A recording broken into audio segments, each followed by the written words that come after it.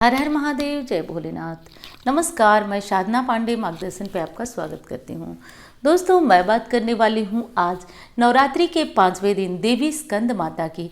माता स्कंद माता की पूजा से व्यक्ति के जीवन में उन्नति का संचार होता है। माता जो है सृजन की देवी कही जाती हैं।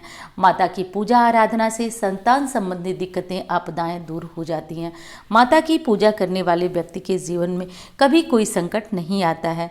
जैसा कि हम लगातार सुन रहे हैं कि नवरात्रि के 9 दिनों में माता का हर एक स्वरूप हमें कुछ सिखाकर जाता है। तो आज का स्वरूप हमें क्या सिखाने वाला है, कहानी से क्या शिक्षा मिलती है। हर एक कहानी सुनने, समझने, जानने का एक और एक यही मतलब होता है कि आप उस चीज़ से कुछ सीखें। तो आज की कहानी देवी का ये 5वां स्वरूप हमें क्या शिक्षा दे रहा है, इसके बारे में भी बात करेंगे। लेकिन वो अंत में पहले हम जान लेते हैं माता के बारे में। माँ स्कंद माता जो है शारदीय नवरात्रि की या फिर किसी भी नवरात्रि के 5वें दिन, किसी भी का मतलब गुप्त नवरात्रि को छोड़कर जो प्रकट नवरात्रि, प्रत्यक्ष नवरात्रि है, उसके 5वें दिन पूजी जाती हैं। इनकी पूजा करने से साधक की सारी मनोकामनाएं पूर्ति होती हैं।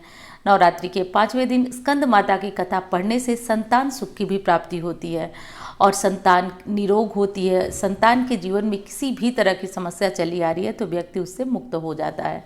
हिंदू धर्म में शारदीय नवरात्रि का बहुत महत्व है। इन दिनों में पूजा का विधान है। माता स्कंद माता की पूजा करने का, माता दुर्गा की पूजा का विधान है और इस स्वरूप की पूजा से माता की अविरल व अखंड भक्ति प्राप्त होती है। यह स्वरूप ऐसा है कि माता स्कंद माता कमल पर विराजमान है। इनका नाम पद्मशना भी है। माता के गोद में बालक स्कंद रूप में है, यानी कि बालक कार्तिकेय स्कंद रूप में है। इनकी उपासना बहुत ही शिशु की भांति रहकर निश्चल और केवल माता पर ही समर्पित भाव से करना चाहिए। यानी यहाँ रोक करके मैं एक चीज़ कहना चाहती हूँ, माता की पूजा करने वाले को अपने भावों और विचारों को शुद्ध करना चाहिए।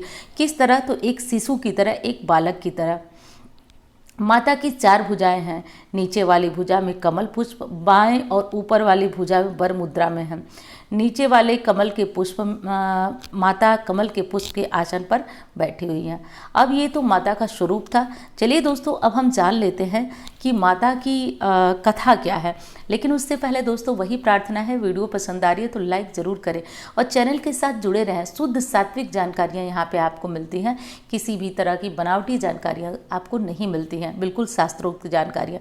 तो उसके लिए आपकी इच्छा हो तो चैनल के साथ जुड़िए, चैनल को सब्सक्राइब कर लीजिए। आगे बढ़ते हैं, कथा जान लेते हैं। पौराणिक मान्यता के अनुसार स्कंद माता हिमालय की पुत्री पार्वती हैं, जिन्हें माहेश्वरी और गौरी भी कहा जाता है। स्कंद माता कमल के फूल पर अभय मुद्रा में पाई जाती हैं। माँ का रूप अत्यंत सुंदर है। इनके चेहरे पर चमक है। इनका चरित्र निश्चल है, इसलिए इन्हें देवी गौरी भी कहा जाता है। भगवान स्कंद या कार्तिकेय की माता होने के कारण इन्हें स्कंद माता कहा जाता है। स्कंद माता प्रसिद्ध देवासुर संग्राम में देवताओं की सेनापति भी थी।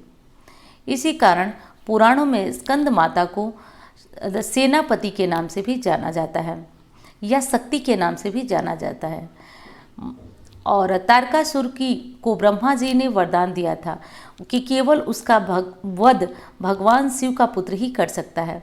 उसके आतंक को समाप्त कर माता ने कुमार कार्तिकेय जी को जन्म दे करके और उसके आतंक को समाप्त कराया। और कुमार कार्तिकेय को युद्ध के लिए परीक्षित करने के लिए स्कंद माता ने अपना यह रूप धारण किया।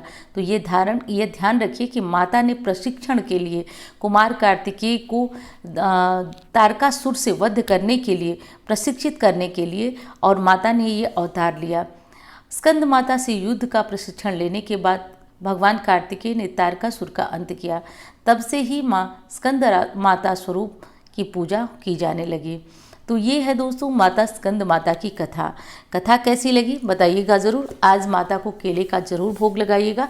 यदि आपने आज माता की पूजा विधि नहीं जानी, आज का उपाय नहीं किया, तो कर लीजिए दोस्तों। जीवन में पुण्य बटोरने का, कुछ पाने का अवसर बहुत कम होता है। आज स्कंद माता की पूजा का विशेष उपाय क्या है मैंने चैनल पर अपलोड कर रखा है, तो वो भी देख लीजिए। और चलिए मिलती हूँ अन्य वीडियो में। धन्यवाद।